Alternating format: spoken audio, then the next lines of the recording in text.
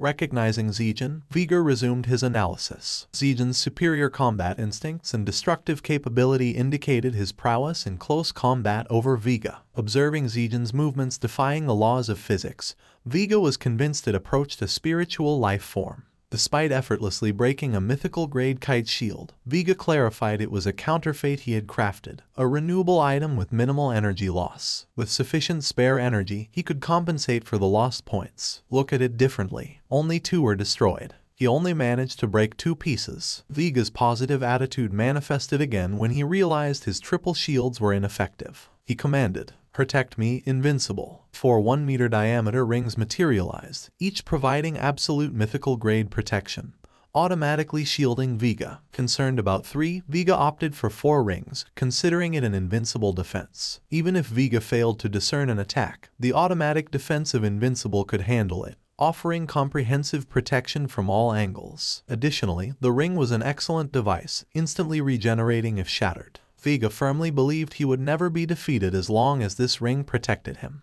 "You thought you fooled me, didn't you? Unfortunately for you, I haven't unleashed my full strength yet. Don't be a coward." 2 rings were shattered, stacked on top of each other, leaving Vega momentarily fearful. Zegion, seemingly indifferent to Vega's significance, launched repeated attacks without hesitation, shattering and regenerating the protective circle. Initially frightened, Vega regained his composure upon realizing that Zegion's assaults couldn't breach his defenses. "Hahaha, how's my invincible? You're a decent fighter, but still just a minnow. You're no match for me." "I knew it. He's a skilled fighter, but that's his limit. If he can't break my shield, all this fear is for nothing," Vega remarked, unconcerned about the apparent fear. He had already relegated Zegion to an entity repeating useless attacks in the dark, deeming it not positive but merely foolish. "That was amusing. As a sign of respect, I'll show you my true spirit," Vega declared, extending his arms towards Zegion. The 2 arms fused into a turret-like structure. "Perish, Infinite Eater." Vega confidently unleashed his devastating attack, the Infinite Eater, a technique previously used by Moss in Ingratia's capital. This magical onslaught annihilated enemies by reducing all energy wavelengths, including energy frequency, to 0. If the enemy's existence value was lower than Vega's, resistance was minimal. Mastering this technique made Vega feel invincible, with an existence value nearing 20 million, on par with Celerio and Jahil, the 3-star general. In contrast, Zegion's existence value was less than 5 million, widening the gap between them. Even with full force, Zegion couldn't withstand Vega's Infinite Eater. Despite being immersed in a brutal surge of destruction that consumes everything, Zegion remains unmoved, as if standing on still ground in the absence of wind. Exuding an aura of overwhelming strength, he gazes down at Vega and declares, "It's futile, completely futile." Zegion, having sparred extensively with Moss, experienced the potency of Moss's techniques firsthand. Despite Moss's initial damage, Zegion, with superior strength, won. Recognizing the technique's danger, Zegion crafted a countermeasure. The essence of Infinite Eater lay in its waveform.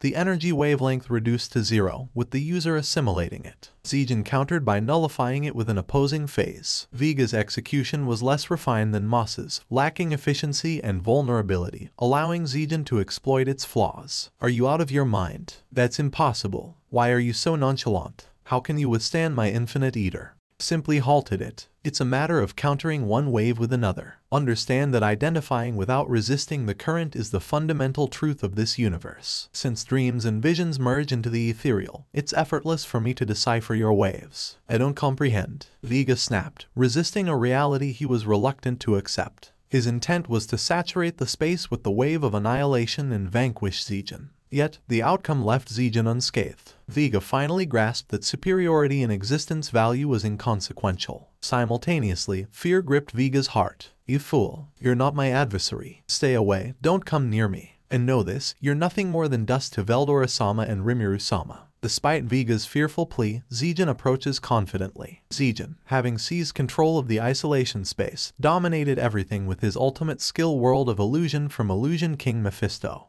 In this warped realm, even time bends to Zegion's imagination, rendering Vega's efforts futile. Frustrating. "Don't underestimate me just because you blocked my attack. Your assault won't break through." Choosing to prioritize invading the labyrinth, Vega flees from Zegion. If he can control the labyrinth and secure his immortality, He believes he can defy Zegion without fear. Vega envisions a future victory, even if not immediate, and resolves to endure until then. However, Zegion is unwilling to allow it. It's time to end this charade. It's time to conclude it. Disregarding Vega's intentions, Zegion acts on his emotions, angrily smashing his fist into the circle. Such an attack won't affect me. Zegion's fist effortlessly shatters the ring like paper. The 4 rings overlap, all obliterated by Zegion. Vega panics, summoning the maximum number of rings, but they too are carelessly destroyed. It's an unbelievable sight for Vega, his invincible defense completely shattered, rendering all his efforts useless. Vega miserably collapses onto the ground, conceding defeat. Regardless of his efforts, he acknowledges that he cannot overcome Zegion. Your abilities may be immensely potent in the material world, but in the spiritual realm, they fall short. That's your downfall, Zegion remarks, pointing out Vega's lack of experience. Wait, please, calm down and listen to me, Vega pleads, but Zegion pays no heed. Sensing the danger, Vega retreats and activates his invincible shield. Believing that safety is paramount, he thinks that as long as the shield holds, he is secure. However, Zegion's left hand emanates light, releasing a dimensional equivocal cutting wave that annihilates all the rings safeguarding Vega. Next, we need to prepare for the next one quickly. In the midst of Vega's panic, a glow distinctive to hurricane is absorbed into his abdomen. It is an afterglow. Zegion's swift backward kick connects with divine speed, leaving Vega crumpled on the ground, tear-streaked, covered in vomit and diarrhea. Vega, in a desperate plea, crouches on his stomach and begs Zegion for mercy. I can't endure it anymore, please help me. It's a desperate plea for survival. The gap in ability between Vega and Zegion is insurmountable, not just in existence value but in their overall rank. The well-trained Zegion is unbeatable by Vega. This is an unchanging truth. Zegion's left fist begins to glow with a dull color. No, don't. Vega's scream echoes through the sky. Simultaneously, something peculiar unfolds within the labyrinth. I'd like to give a big shout out to my top Patreon supporters, Big Boy J, Cheesebean, Kevin Matthew, Davon, Corrido, Jason Torres, and Edward Balestream. I also want to acknowledge our top commenter of the week. Thank you all for tuning in. I'll be back with more content soon, so make sure to hit that subscribe button.